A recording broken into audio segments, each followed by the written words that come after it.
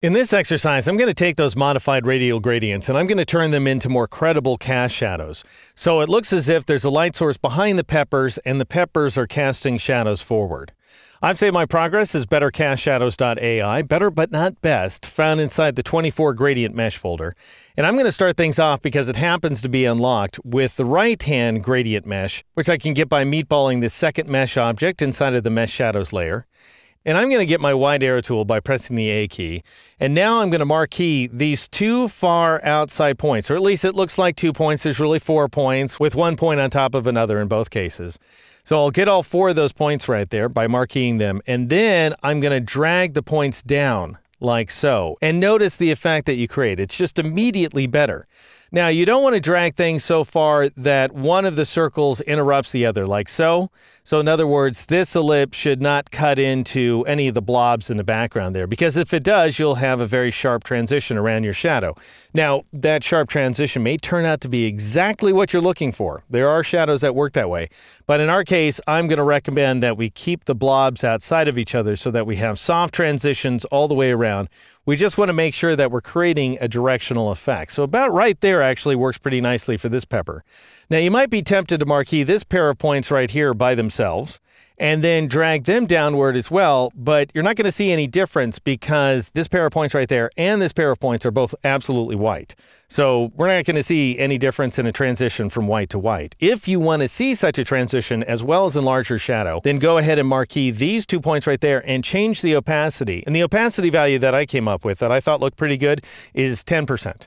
And then I'll press the Enter key or the Return key on a Mac in order to make that change.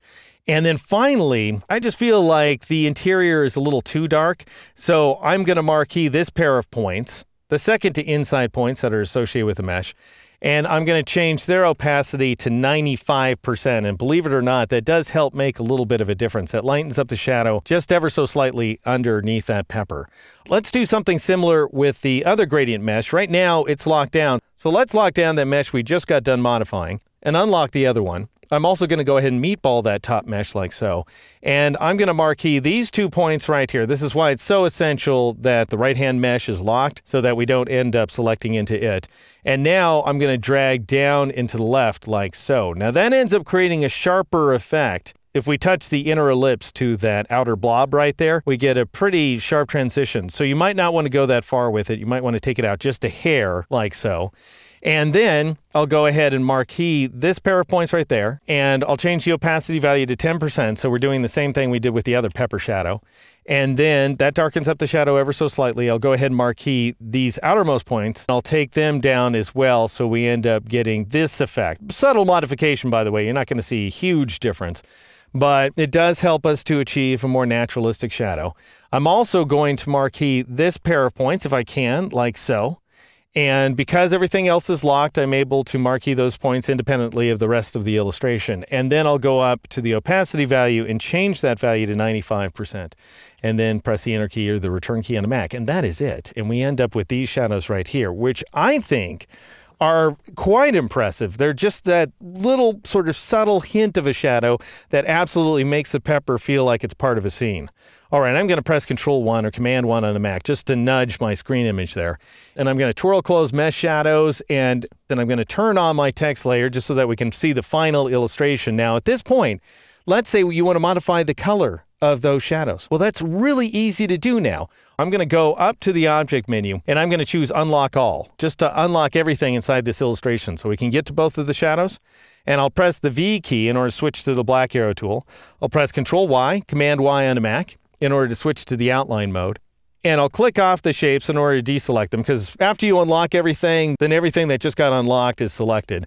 So you want to deselect everything and then click on one of the shadows and shift click on the other one in order to select them both. Press Control-Y or Command-Y again to switch to the preview mode. And I'm also, by the way, going to press Control-H or Command-H to hide my selection edges. And now I'll go up to the color panel, switch back to HSB, and I'm going to dial in some slightly different values. I'm going to change the hue value to 15 degrees, which is going to add a little bit of yellow to the shadows. If you go too much farther than that, the shadows end up looking green just by comparison to these bright red peppers. Then I'll lower the saturation value to 50%, and I'll leave that brightness value set to approximately 35%, and we get this effect here. So more neutral, lighter shadows as well. But notice that all of that opacity information remains intact, so it's very easy from this point on to modify the color of those shadows. And the last thing I want you to notice is even though if you were to inspect these shadows very closely, you're going to see some rough edges going on. Those edges are just an artifact of Illustrator Screen Redraw. If you were to actually take this artwork into Photoshop, you can see that we have very soft, organic-looking shadows around these wonderfully hyper-organic-looking objects, thanks to the power and flexibility of Gradient Mesh inside Illustrator.